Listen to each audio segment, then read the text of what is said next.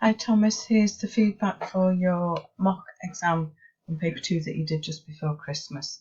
On question 1, you scored 3 out of a possible 4 because the other correct answer should have been C, as a boy J. Rayner worried about handing in his homework on Monday mornings, instead of E. E is false, he wasn't very able in school. Okay, so that's a good 3 marks, good start. So if we move on to question 2, where you are asked to write a summary of the differences between Eddie and Henry. You've made 2 reasonable points, given 2 differences, where you stated that Henry wants to be taken away from school while Eddie's not really bothered about it one way or the other. And you've said that Eddie glides through with high marks, whereas Henry's father states that his spelling has degraded over his time at school. So if we look at the mark scheme for this question, if we look at band 2, it says show some interpretation from one or both texts. And the first bullet point is attempts some inferences from one or both texts. So this means that it's asking you to give some extra information, basically reading between the lines, so giving them information that he's not actually stating with his words. So you've hinted at it when you said Eddie gliding through with high marks. So he seems to not have to try very hard. He does well without trying, whereas Henry seems to have to try really hard. I think you would need to include at least one other point as well, because it's very short, the answer that you've given. So possibly looking at the way that they react to the parents, the language that they use. Eddie's is informal and quite comic when he's making fun of him, and Henry's is very formal and respectful. You could say that Eddie has a good relationship with his dad because he can make fun of him, whereas Henry seems to be quite cold and distant. You could infer that he's possibly scared of his dad. But then if we move on to look at bullet point 2, select some appropriate references and textual detail from one or both texts. Now here you haven't included any. You've kind of paraphrased them, but really you need to be putting the actual quotes in that back up the points that you've made. So that is actually going to limit it to possibly band 1, maybe the bottom end of band 2.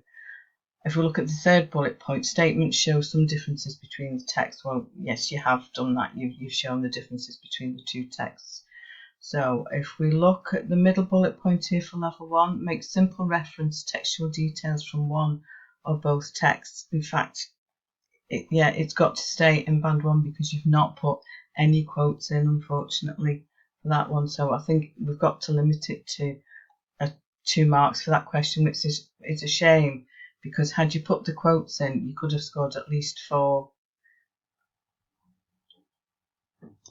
And if you developed your inference a little bit more, you could have been in band 3 as a minimum.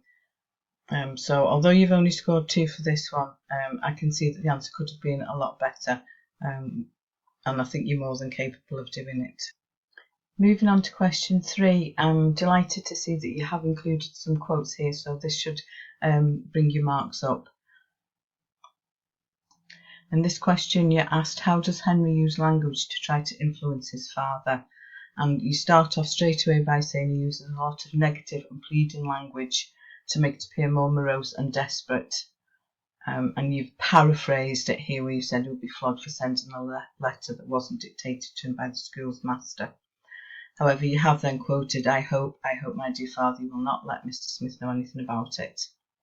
You've gone on to use hyperbole and given the quote, more like bears than Christians, so it's a good use of hyperbole there. You could also say it's simile because it's got liking, but hyperbole is fine because it is over exaggeration there. And again, in If God Permit Me Live That Long, so there's 2 good examples there of the hyperbole. And then finally, you've used the one short sentence, George is quite well but unhappy, which again is a correct use of the terminology, and a good explanation which plays on his father's preference to his younger brother. I think you've answered this question well. I think the only thing I would say that you've not done really is gone into detail about the effects of the writer's language. You've done a little bit of it where you said he's trying to make it appear more morose, getting the point of how he's been mistreated. I think really you needed to say that he's trying to be very persuasive to his father to persuade him to let him come home, and go a little bit more into detail on that. However, I do think you're definitely in band 3, because you've selected a range of relevant textual detail. You've made clear and accurate use of subject terminology. So I think we would go for 8 out of the possible 12 marks for this question. If I was to add anything else, I would say possibly include one more example, because it is a 12-mark question.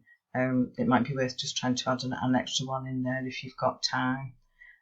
You could have said the fact that he repeats "my dear father" several times, which could be to emphasise how dear he holds his dad and how much he's missing him. Or, aiming for a band 4, you could say, on the other hand, it could also be a deliberate ploy by Henry to kind of twist his dad round his little finger, because you would think that the relationship's not that close because he's not been home for 2 years. So, he's perhaps purposely thinking, well, if I creep to him, I may get my own way and he may let me come home. Okay, moving on to question 4, where you've been asked to compare how the two writers convey their different attitudes to parenting and education. And the bullet points in your answer, you should compare their different attitudes, compare the methods they use to convey their attitudes, and support your ideas with references to both texts. This question again has me in a dilemma, because what you've written is very good and certainly meets quite a lot of the criteria, definitely a band 2, attempts to compare ideas and perspectives, select some appropriate textual detail and references, and identify some different ideas and perspectives. You do that in several different ways here. You've said about the direct approach of Jay to his son's education. He tries to do his homework, whereas William sends his son away to boarding school and is forced to ask a family friend to help out when things are going wrong. The different responses that gets from the children, whereas William seems to be very respectful, whereas Eddie kind of ignores his dad. You say that Jay's more active role, which seems to be helping his son, whereas William is having a negative impact as his spelling's gone. And you've also mentioned that Jay and Eddie appear to have a close relationship, where Eddie playfully mocks him over his own education, whilst William, his relationship is less affectionate with his son, and he does, as you've said, state that the younger is a great favourite. So you've made some good points in there. However, the one thing that you haven't done, which is key to getting good marks, is make some comment on how the writer's methods are used. So you've not mentioned what techniques they've employed to get these attitudes and perspectives over. I mean, you could have said that Jay Rayner uses humour when he's talking about his son mocking him, and who needs teachers to humiliate you when you've got your son to do it. The fact that William, his language is very formal in the letter, which isn't even written to his son, it's written to a friend of the family to try and sort the issues out. Jay seems to be very proud of Eddie's achievements, even if he does find it irritatingly good, whereas Henry seems disappointed in the fact that he's found spelling mistakes in Henry's writing. So you need to make sure that you're including some of those, and make sure that you're including quotes for each point that you make. And as this is a 16-mark question, you need to make at least 6 points as a minimum, which I think you have done that overall in there. Unfortunately, because you've not included much discussion of the writer's methods, it's got to be limited to band 1, and it can only be 3 out of the possible 16 marks, which I think is a great shame, because the actual content other than that is band 2 definitely, if not tipping over into band 3. This gives you an overall score of 16 out of 40, which, considering it's the first time that we've done this mock paper, for paper 2, it's not a bad score. And I'm sure if you just remember to add in the things that I've mentioned before, you will definitely achieve at least the C grade equivalent, if not higher. So keep up the good work. You're doing well, Thomas, and you deserve to do well.